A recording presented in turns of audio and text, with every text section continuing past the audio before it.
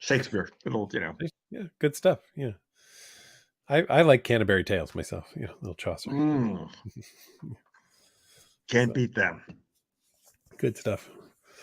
Well, hello everyone, and hello John Grayson for our Howdy. monthly dance that we do here at No CD, doing our Wednesday night webinar. Brought to you by No CD, an online platform for the treatment of obsessive compulsive disorder. Check us out at nocd.com or treatmyocd.com, and we work with people who have OCD and hoarding and tics and body focused repetitive behaviors, and we have people available across the US and across the world. So check us out at nocd.com. John, how are you? Good to see you. I am doing well, though. Excellent. Though I think I may have a streak of bad luck.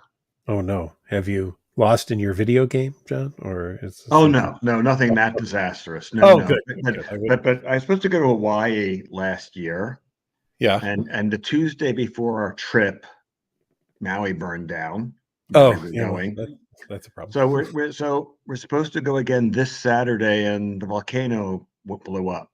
Oh, But not on okay. Maui. It's 100 miles away, so they're saying it's all okay and we don't have to worry. Okay. But it just feels, two fiery events. Yes. Literally the same Tuesday before I was supposed to travel. Hmm. I feel the universe is trying to tell me something. I think so. Yeah. So we'll find out. You'll find out next month if if I blow up on the island or in a plane crash or fiery ball. I feel like this was all fated to be.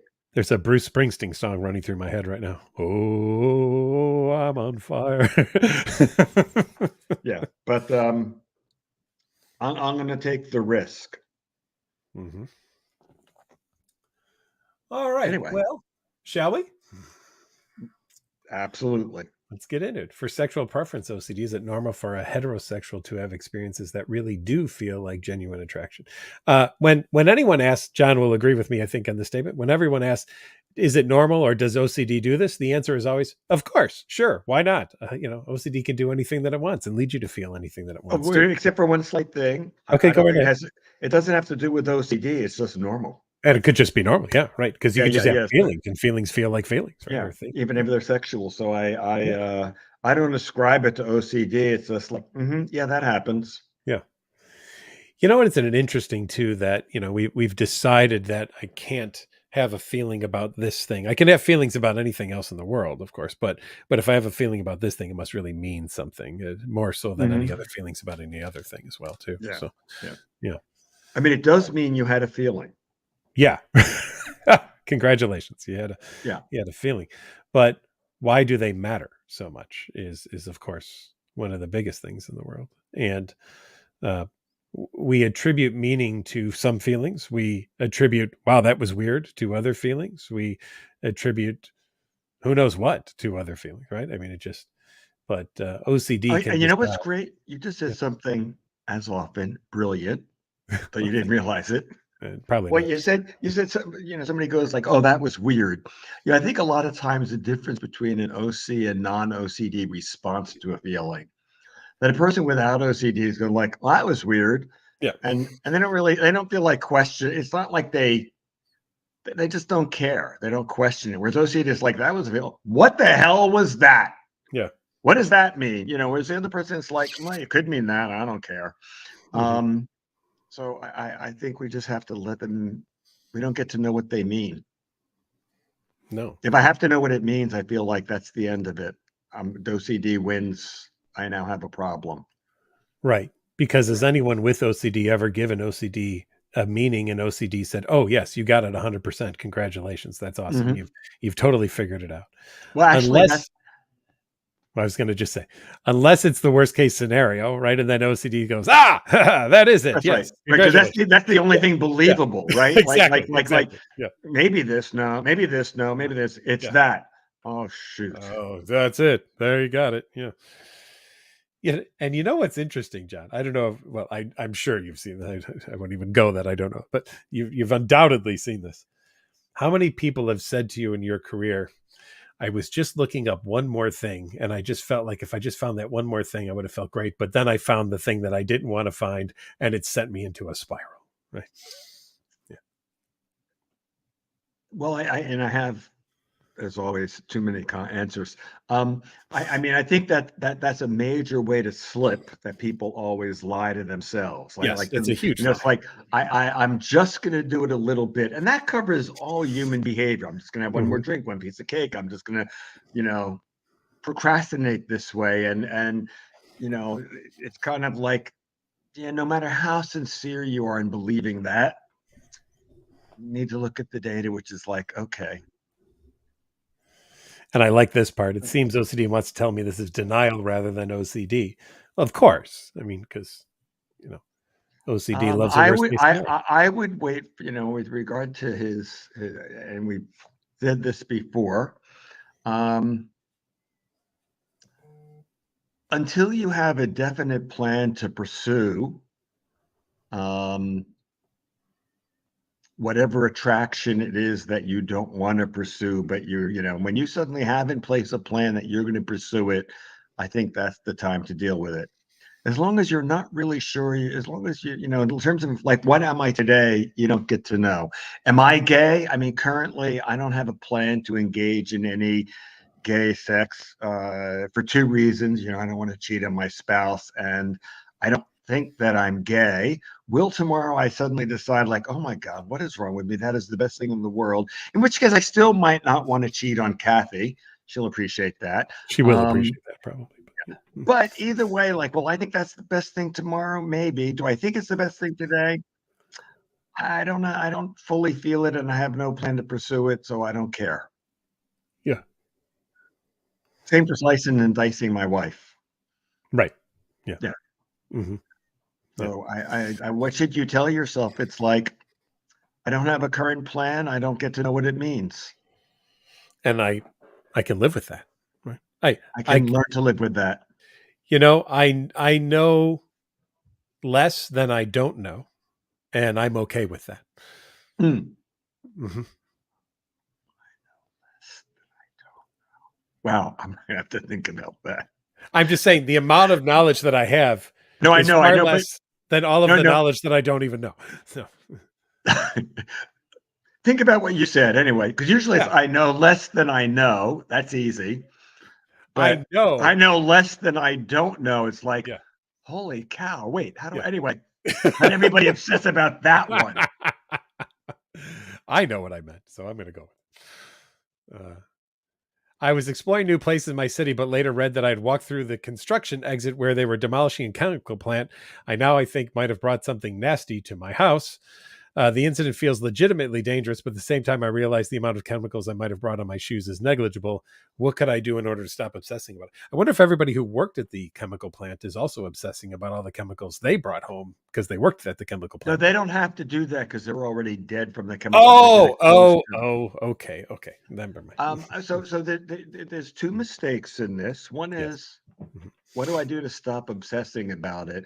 And if by obsessing you mean trying to figure out if it's dangerous or not, I think the goal's very simple. The goal is, maybe I brought something dangerous home, and what I'm going to do is going to go back to that site and make sure that I continue to contaminate my house and hope that it's a negligible. And if not, then I'll find out in about 30 years. Mhm. And I'm dead serious. It's like, again, coping with, doing exposure doesn't, it's not, it's to say, like, okay, I'm going to risk the worst and live with it. And why would I risk the worst? Because right now your life sucks from obsessing, and you're Mhm. going to lose a lot of things, and you still might die from the chemicals. Because I don't know why it's just on your shoes and not in your lungs that you breathed it in. So, you're dead, because even if they were wearing masks, you weren't. Mhm. So anyway, you don't have to worry, because it's already too late. Yeah, I remember them knocking a building down in my town and the dust that was swirling around, and then afterwards thinking that was an old building. Likely a lot of asbestos was in that dust that was swirling Mhm. around. Oh well, just it is what it is. Right. So not like I could do anything about it now. So Hmm. I'm going to live with that until I don't live with that anymore, because Yes. then I won't be there. Right. Let's see. I knew you were going to go for that one. Go on. Yeah. I'm overcome with guilt over breaking up with a boyfriend 12 years ago. What would be good ERP? Is looking at our picture together or listening to our songs a compulsion or an exposure? I'm wondering why they feel guilty, um, because guilty implies they've harmed that individual in some way, I think, right? I mean, I'm just wondering, like, why Yeah, would it do? Yeah. So, I don't know.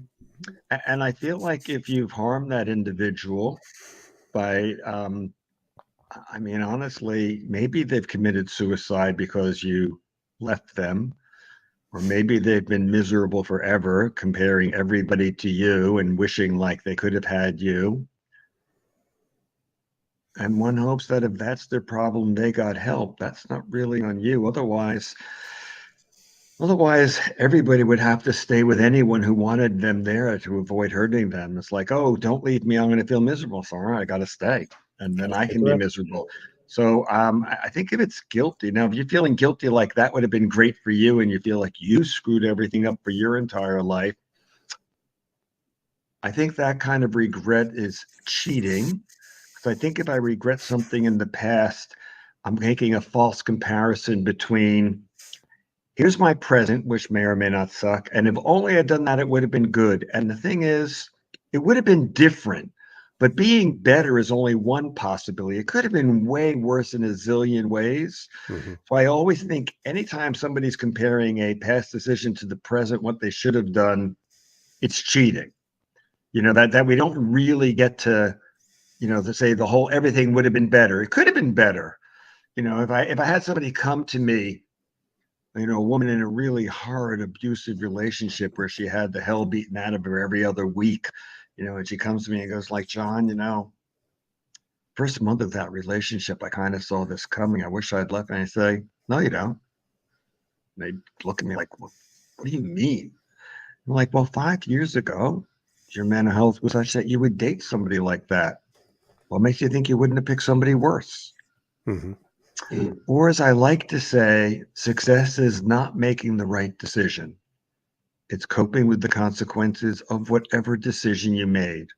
Ooh, So I like that. That's very thank you. profound. Yeah. Mm-hmm. I made that one up. I'm really proud of it too. Let's say it one more time, John, just so everybody gets it. Success is not making the right decision. It's coping with the consequences of whatever decision I've made. So success is always moving forward, whether things turned out well or terrible. Because pretty much that's, it's the only way I know how to do things. So I try that way. Yeah. I like it. Is looking at our pictures together or listening to our songs a compulsion or an exposure? Well, it's probably, well, I guess I'd want to know what you're getting out of the whole experience, right? So I'm going compulsion, by the way. I'm going to go compulsion too. I'm figuring that because you'd only be doing it as an exposure so that you could get to a point of not being bothered by it anymore. But or not feeling guilty. Yeah, I don't know that that's what's going on in this situation, right? So I'm going to lean on probably compulsion. T says, how do you do ERP for pure O? If possible, can you give an example? Thanks. Well, let's define pure O. Pure O is really not that it's just obsessions. It means that you do mental compulsions when you have an obsession. So one great example is scrupulosity, where somebody might have an intrusive thought around a religious figure, and then they feel that they must say a prayer in order to prevent that bad thought from keeping them out of a place they'd like to go to in an afterlife. But then they have to say that prayer just right and maybe over and over again until it feels just right. And so one great mental ERP exercise would be to say the prayer, but to say it wrong, and just to allow that to be there without doing anything to undo that. So my personal favorite for Christians is Our Father who art in heaven, hallowed is your name, and just go with that as your prayer and allow it to be there. I would only add one thing. Sure. I would then go on with, why am I going to staying with scrupulosity? Like, so I'm going to do this thing, and why am I going to take this risk? If I take this risk, here's all the terrible things that may happen to me. So whatever eternal punishment is, like, I may have that. And why am I going to do that? Because if I don't take this risk, what is my OCD going to do and wreck my life? What am I losing to OCD? How am I hurting my family? And, in case of scrupulosity, since I'm hurting my family, I'm probably really doing things that are anti-religious. And, so what are the odds of that? And I love with scrupulosity, because I think for different puros, I have different things. And with scrupulosity, it's like, if I'm worried about, like, have I done this? Well, technically only God knows what's in my heart.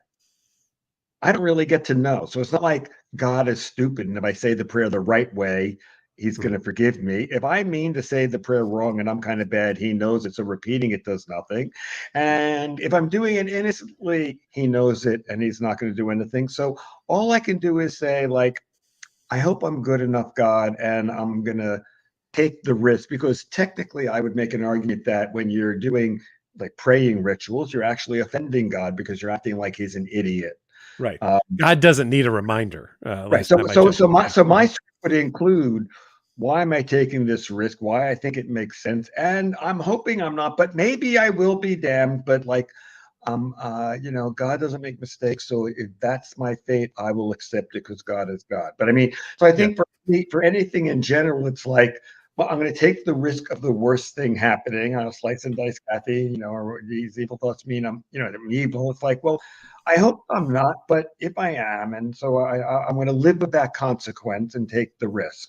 So I don't know. Well, probably I am evil, I guess, but.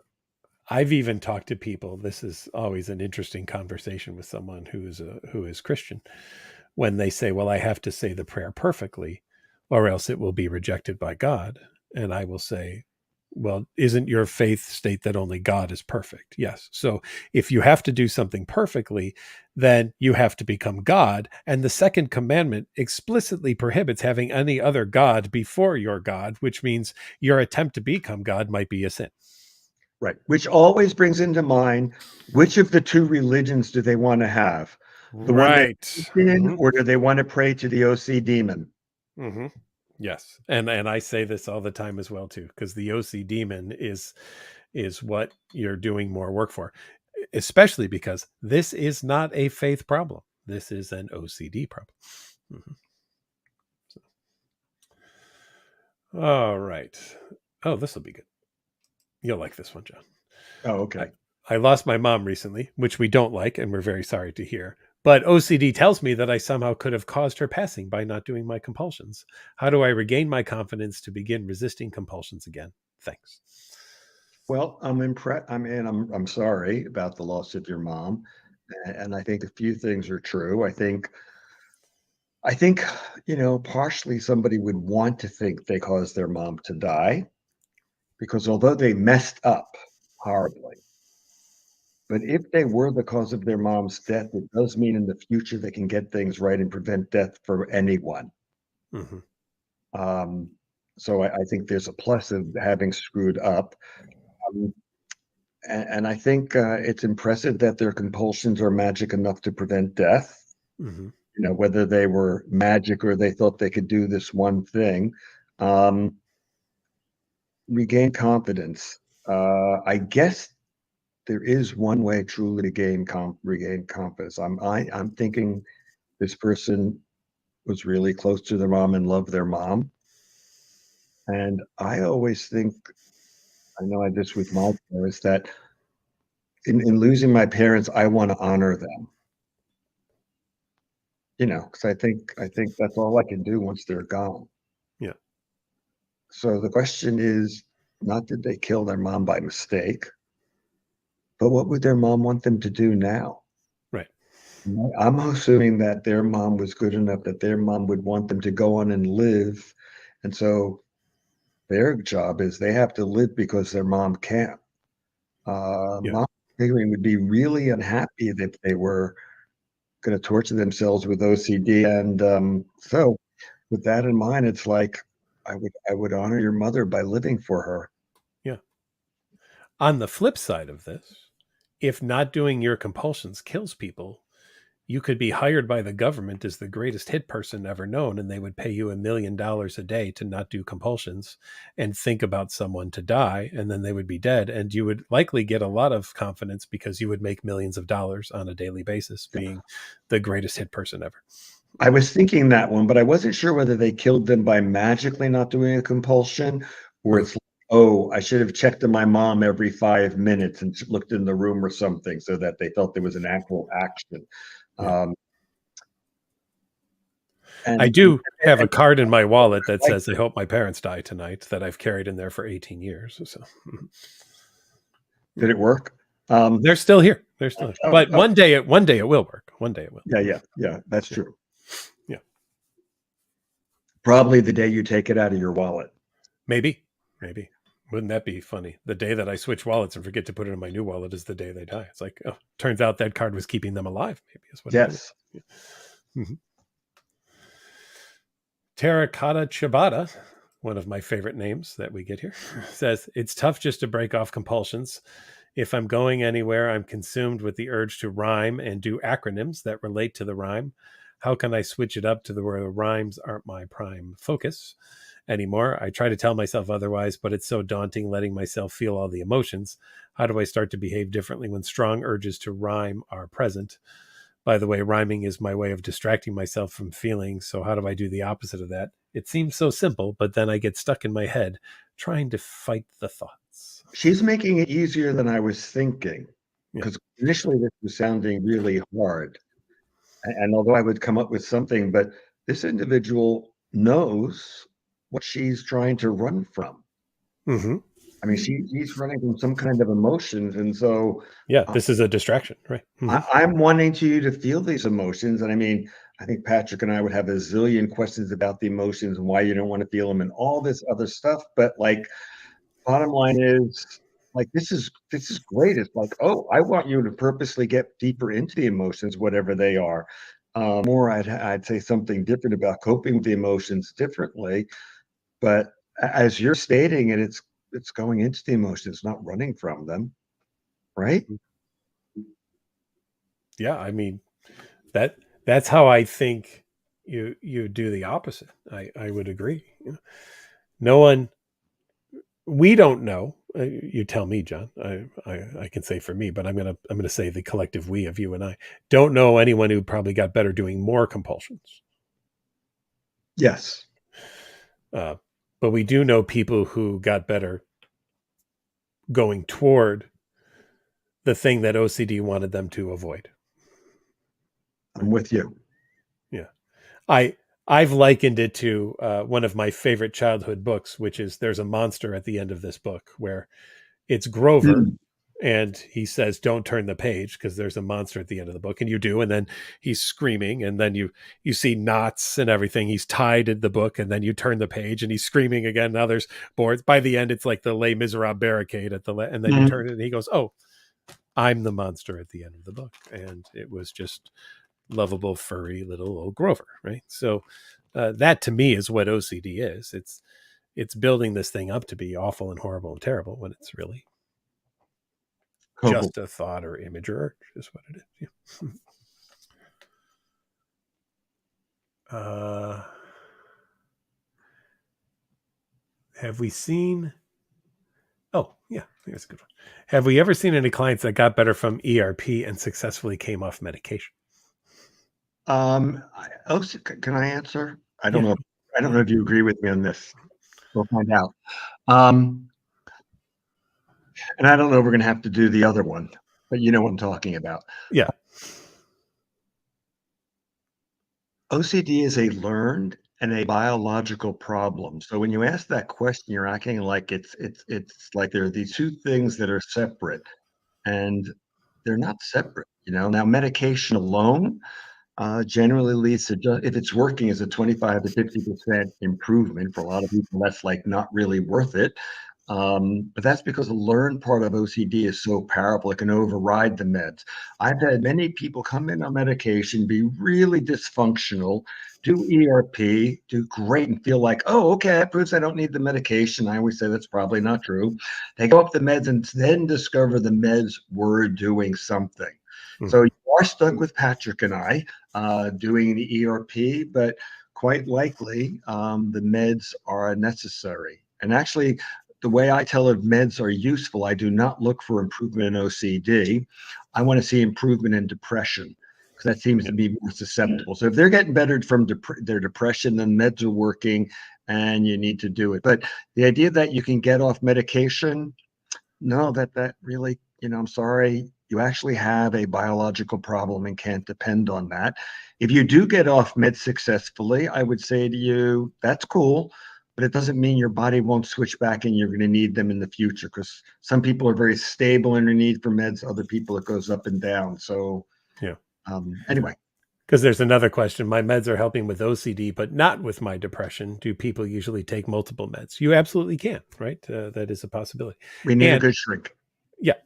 And typically the dosages for OCD of antidepressants are higher than the depression dosages for antidepressants too. So you may get a 2-in-1 experience there, but sometimes people will say, this just isn't helping. But if you're going to like a GP for your meds, for your psychiatric issues, they are going to be limited to what the typical experiences are in terms of ranges for medications.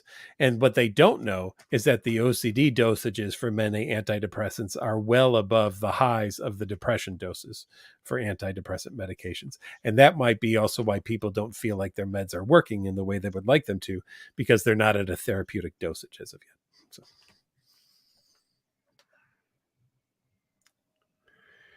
Can we discuss sensory motor OCD? Sure. I'm sorry. I'm not laughing at that question. Mm-hmm. I believe Patrick knows why I'm laughing. I'm willing to do it, Patrick. I can do it in 10 minutes, maybe 6. I believe that. Sensory motor OCD generally, or often, I think we keep changing the name. Currently hyper awareness, but it's like I'm focused on essentially something that's neutral. I'm focused on my breathing, a picture, feeling, and the entire consequence of it, what makes it bad is I've decided I can't have this feeling. And that life sucks as long as I notice this feeling. And the thing about it is that statement makes it true. If I say I can't feel this or notice this or life sucks, then my life does suck when I notice it. And treatment is not to make you stop noticing. Treatment, let's see, treatment is, I like to ask people if they have this sensory motor OCD and they're noticing this, what if for the next 5 minutes you notice it and it's going to really come slamming into you? And after that's going to stop forever, how would you be? And most people go like, oh, I could deal with that. And I say, like, that's pretty amazing if you think about it, because the first 5 minutes are the same, whether it's stopping or not. Now, I know you want to say it's because it's stopping, but something else is happening. And then I ask this other question. Imagine you've lost a loved one and it's 3 weeks later. Would thoughts of them pop, would thinking about them, thoughts of them pop in your mind? Yeah. Yes. Would it be upsetting? Yes. Might it interfere with what you're doing? Yes. Would you and most people call that OCD? No. Now, here's the key question. The 5-minute situation and the death of, losing someone 3 weeks ago, these two situations are the same. Mm-hmm. Anybody know why? I'm going to tell you why. The reason they're the same is in both cases, you accidentally make a decision. In the 5 minutes, the situation, you go like, I can't put up with this feeling forever. Oh, but for 5 minutes, I'll let it be there. In the case of losing a loved one, oh, that's a normal feeling, so it's allowed to be there. So treatment is learning. It's not a decision. It's learning how to let it be there. And it takes a lot of practice. And I can do another 10 minutes. But it's learning how to let it be there. And of course, Patrick and I could start aggravating you immediately by talking about our tinnitus. There it is. I knew it was coming already. Yep. There it is. How loud noise gets. I don't care it's there, and he doesn't care it's there, even though because of you, Lane, I am now hearing a high-pitched whine, but I'm fine with it. It's like, all right, high-pitched whine. Mhm. The other piece, let me just say on this too, just for people who aren't as aware of it, how it could represent itself, right? It could be, did I blink well enough? And maybe I should just blink more. Did I take enough air in? Or did I exhale enough carbon dioxide? And what if there's still some left in my lungs? And will I get enough oxygen in the next time? So these ideas that the things I always like to describe it like this: the things that are automatic, OCD then says, but what if they're not automatic well enough? Maybe you could add something to make it even more better and more efficient, which I find humorous that OCD thinks that it can go on millions of years of evolution and in one generation improve upon evolution, which takes, multi generations to improve upon. So, but OCD being the, just snobby, I know everything disorder that it is, says, oh, I do know better. And I do know this. You could blink better than you do, and you could breathe better than you do. And I'll make sure that you do. Yeah. All right. Bridget says, how do you know if you have OCD or schizophrenia? And Bridget, I'm just going to say this to you. And I know John wants to jump into this, but I'm going to just say this to start off. Bridget, there's no answer John or I will give you that will convince you of having either or, right? Because no matter what we tell you, you're going to say, yeah, but what if this? And recognize this. OCD is the doubting disorder, and the doubting disorder demands an absolute answer. And an absolute answer is nothing the doubting disorder will ever accept, because it will doubt every answer that it is given. And therefore, we will never be able to satisfy you with an answer of whether you have OCD or schizophrenia well enough for you to say, thank you, I now 100% know what I have. I appreciate it. And along those lines, that means treatment means I'm going to risk having schizophrenia, but treat it like OCD. However, right. I think a diagnostic definite would be, if you see and I'm dead serious, if you see a three-headed dog coming out of your wall and you're absolutely sure it's there and talking to you, well, you have schizophrenia. But no, right? I treated somebody. I had somebody who's schizophrenic. That was their symptom. So when you have no doubt that you're seeing that, or that the space not that you worry that space aliens are putting thoughts in your head, but they're putting thoughts in your head. So it's kind of, I guess, with schizophrenia, I have a lot more certainty. Yeah, because people with schizophrenia truly believe the things that are popping in their head, and people with OCD go, "Well, what if that was really that thing?"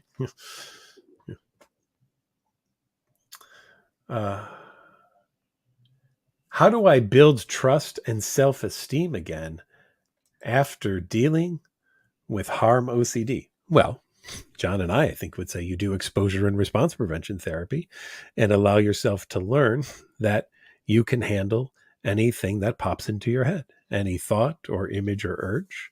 And you can trust the fact that no matter what it is that pops in your head doesn't mean anything other than you have thoughts, images, and urges, and you're a human being, right?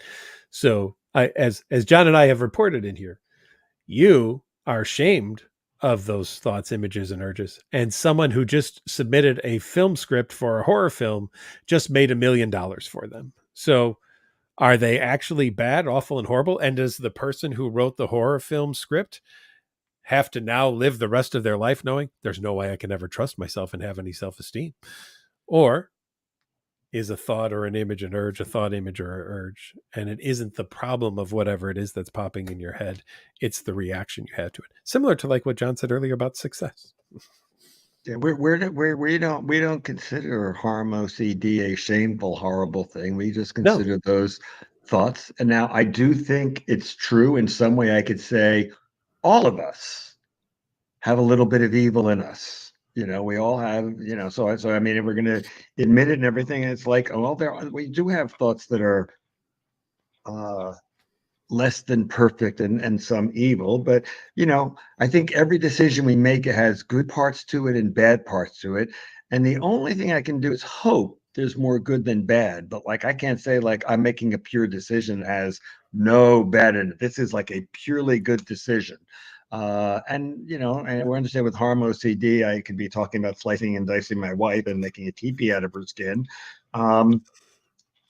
but until I plan to do that consciously, I'm going to think I'm okay having that thought, and probably if I do plan to do that, I've gone nuts, so I'm not going to have to deal with the guilt.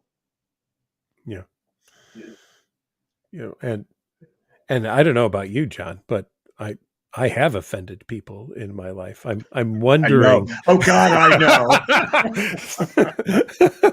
I'm Yeah. wondering how maybe I'm narcissistic, and therefore that's why I I don't have horrible self-esteem, even though I've offended someone.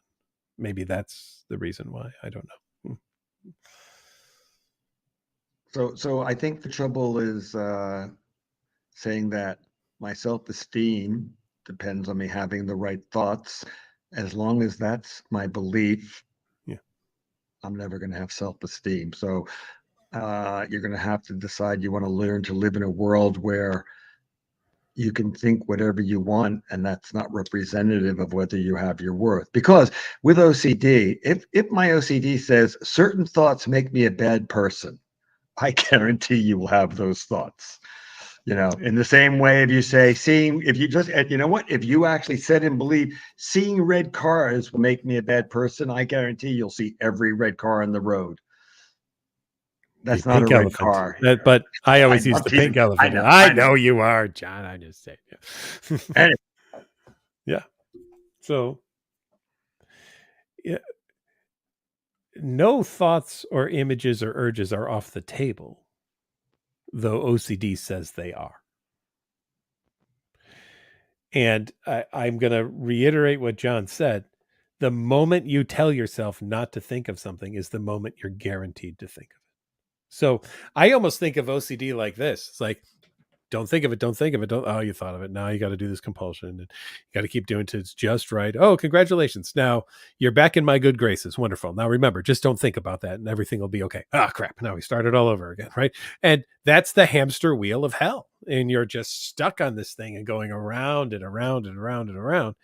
And it isn't about never having the thought of it anymore. It's about, okay, I had the thought, or the image, or the urge, and that's what it was.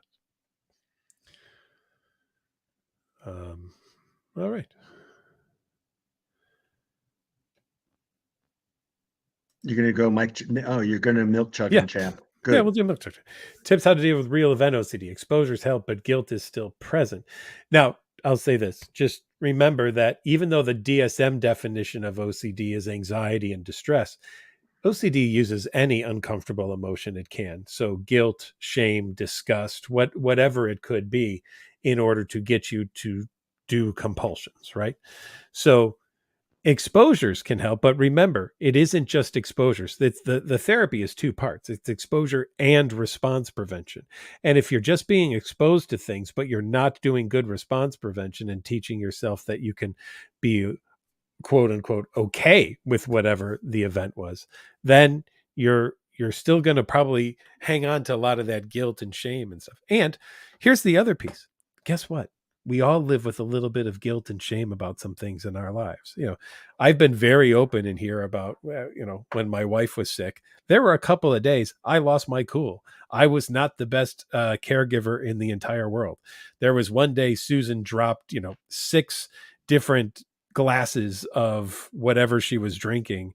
And at the 6th one, I just kind of screamed a little bit because I had asked her, keep it on the table, please, and use 2 hands and just use the straw and just lean forward and drink from it. And she would still pick it up, and then she would fall asleep and she would drop it and it would go all over her and the couch and everything. And I lost my cool one day. So I'm wondering, here's a real event. How much guilt should I have now that she's dead? How much guilt should I have over the fact that there was a day I was a pretty bad caretaker for about 5 minutes out of the 6 years that I took care of her?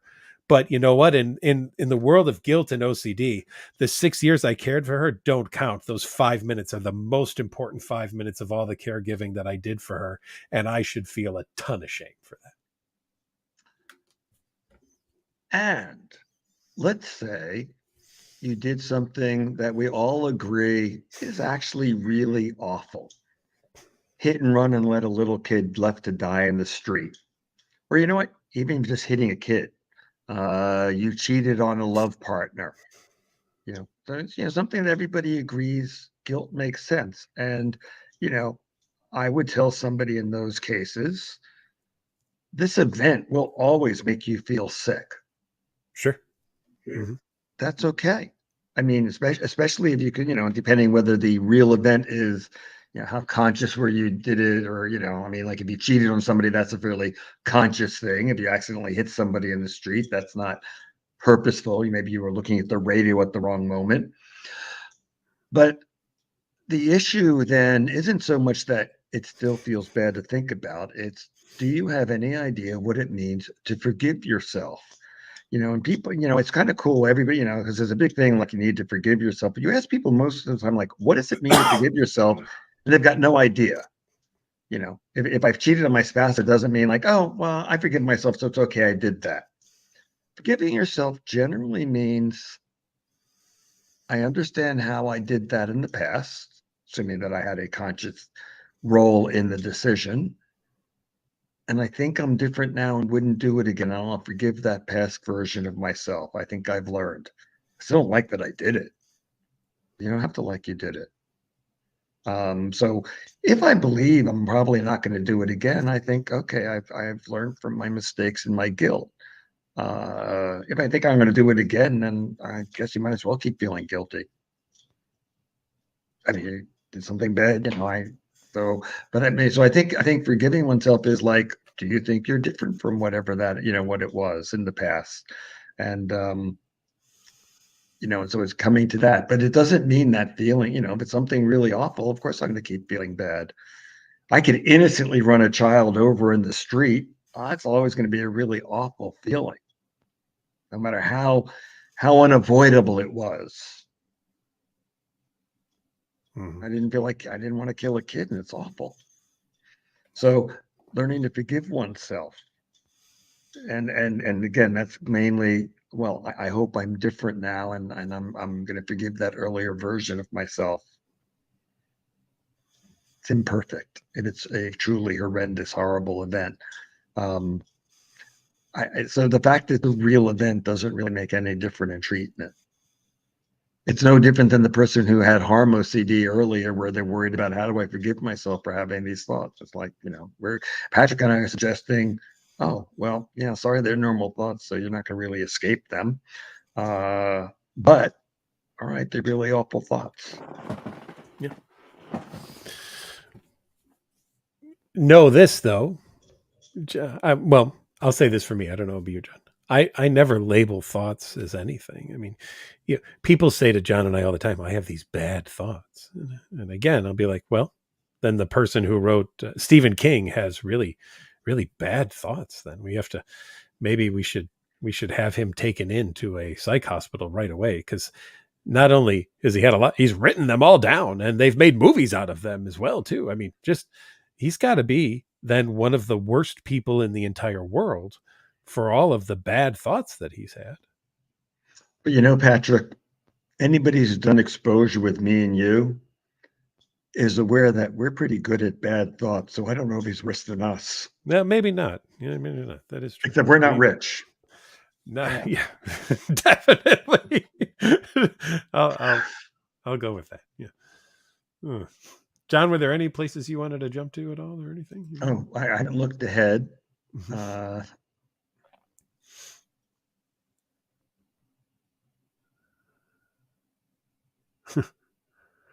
Beth says, my mom would call me every day and say, well, I see you made it another night, when I thought I was going to keel over every second of every day. Yeah, that's pretty funny. I like your mom, Beth. That's wonderful that she did that.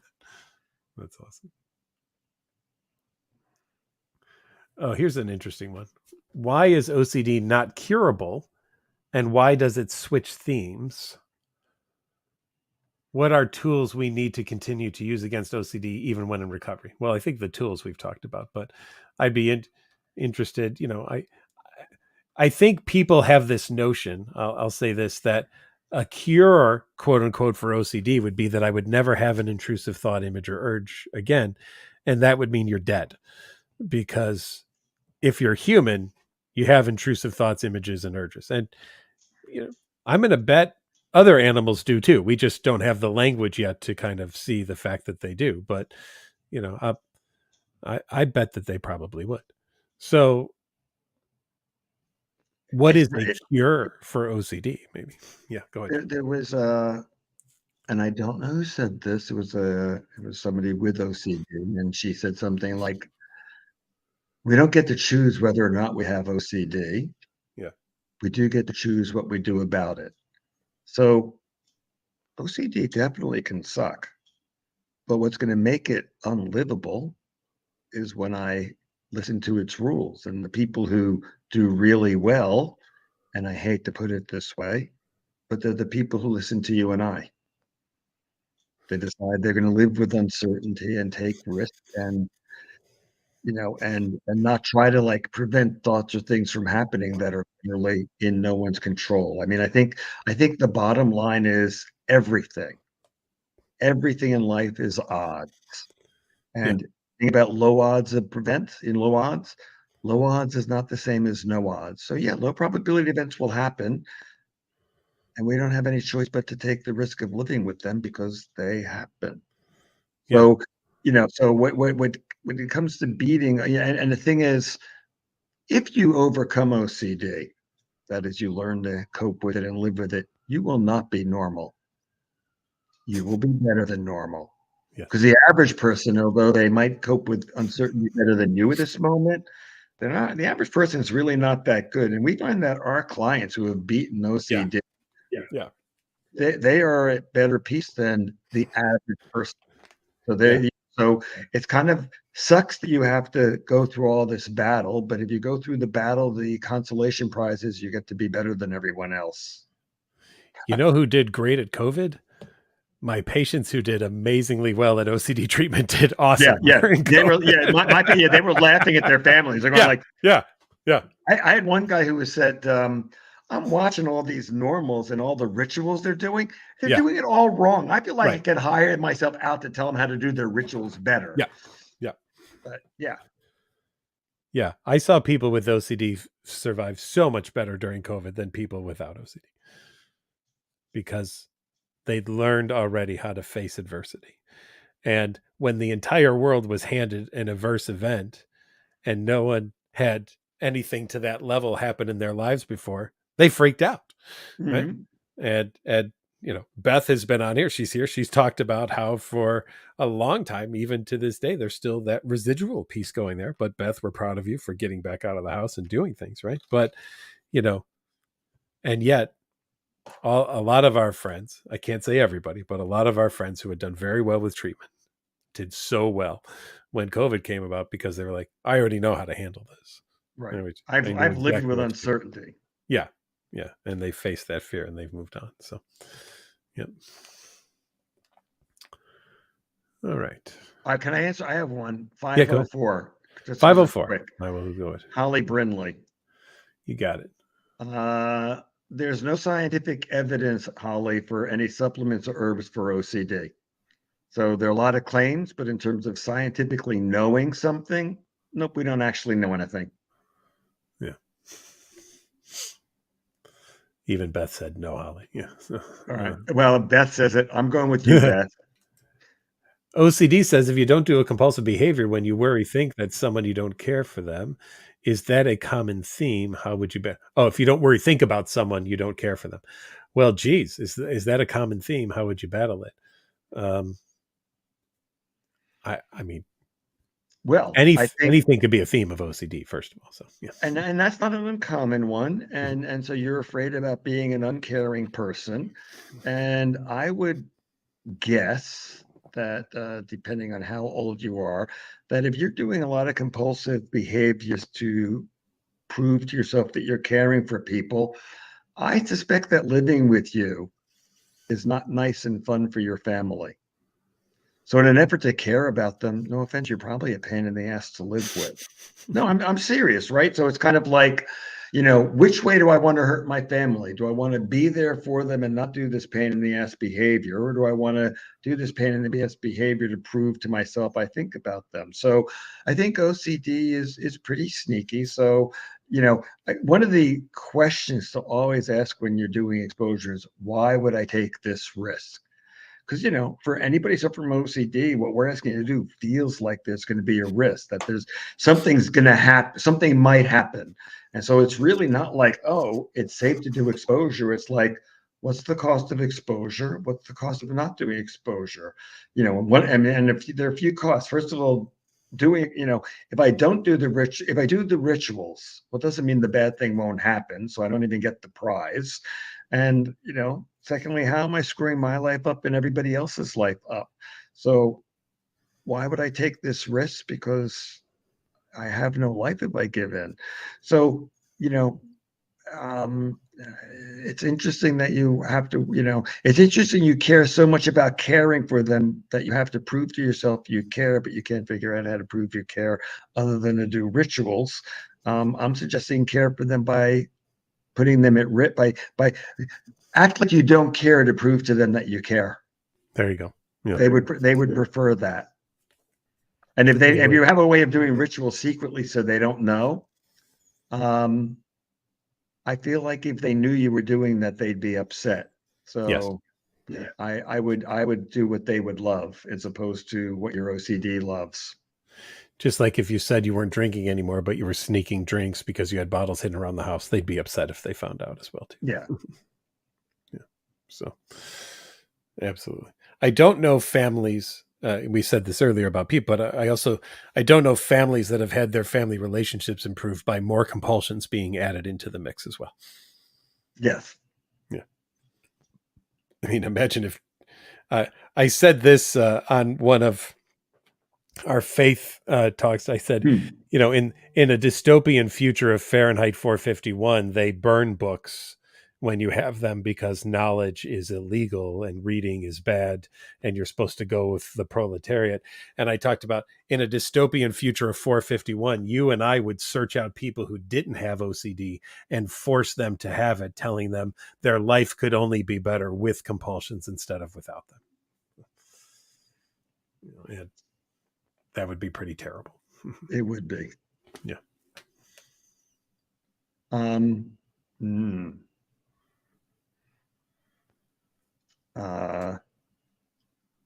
506, Rupinder. I happen to love existential OCD. Okay, you got it. Go for it. It's utter hell. There's so much funny just about that statement, number one. But yes, go ahead. Because I mean, there are two different forms of existential OCD seems to take. So I don't know which one this is. For one group of people, the idea that nothing exists sends them into panic. So they're basically afraid of being in never-ending panic. The other group seems to be like, I don't know if anything is real. And so if I can't know it's real, then screw everything. I don't want to I'm not interested in anything because everything might be fake. And of course, the first logical thing the therapist would want to say that never works is, yeah, but it might be real. So like maybe you should do stuff just in case, but that never works. So, the thing is like, okay, maybe nothing exists. And, so I don't want to do anything. And I mean, I actually had one client who didn't want to do anything. And there were a few sets of questions I had. One is, well, why do you eat good tasting food? Because like, if it's not real, why bother? And although they weren't interested in relationships because the relationships might not be real because maybe they're making everything up, but they still had sex, which is, well, why do you do that if that's not real? To say nothing of, even though this whole world in existence might not be real, you watch movies, which we know are not real. Why would you do that? And it basically comes down to, all I can depend on is I'm having a set of experiences that have all this realness feeling to them. And yes, I might be a simulation, or it might be completely fake. And that might be my existence. And all I can say is, it'd be really boring for me to do nothing. So just the way an author can write a story, I'm going to entertain myself with the story, which is kind of cool because like the story is reactive. It's like a video game. I don't even have entire control over it. So it might not be real, but it's kind of an adventure and maybe I'll learn from it. because the alternative is just doing nothing. Now, if they're having the other form where it's coping with the anxiety, yeah, we would work on helping to deal with the panic from that. I'm not sure which version it is, but I agree. Everything might not exist, and but since I can't penetrate the veil, I'm going to act like it does, and I'm going to deal with it if I ever wake up from it, or if they force me to take the blue pill. Is it the blue one or the red one? I always forget. The red one brings you into the matrix. The blue pill Okay. keeps you. Takes me out. The blue one takes me out. The blue one keeps you in the matrix. The red one takes you out. So if they ever give me the red pill, by mistake, that's when I'm going to deal with it. Mm-hmm. Till then, I'm going to act like it's real and enjoy the story because I don't have a choice. Yeah. And if your goal is to be convinced of any kind of reality, again, because you have the doubting disorder, no one will ever convince you that the reality that you're experiencing is the right one. And therefore, there will always be doubt. I don't know, John. We might be a computer simulation having this conversation right now. Yeah. I might not be real. And, yeah. Okay. I often tell my clients, if one of us is making all of this up, no offense, I'm doing a way better job than you. Because in the fantasy world I've made up, look at my position. Whereas your position, you're like really suffering. But yeah, we might be a simulation, and somebody said, how do I know I can trust you? Because maybe I'm making you up. And I said, well, you might be making me up, but you also might be making me up as the healthy part of your brain giving you good advice, or it's a complete trick. But right now, your way doesn't work. Mm-hmm. Nathan says his thoughts revolve around harming his wife. I'd love for people to watch episode 1 of season 1 of a podcast from NPR called Invisibilia.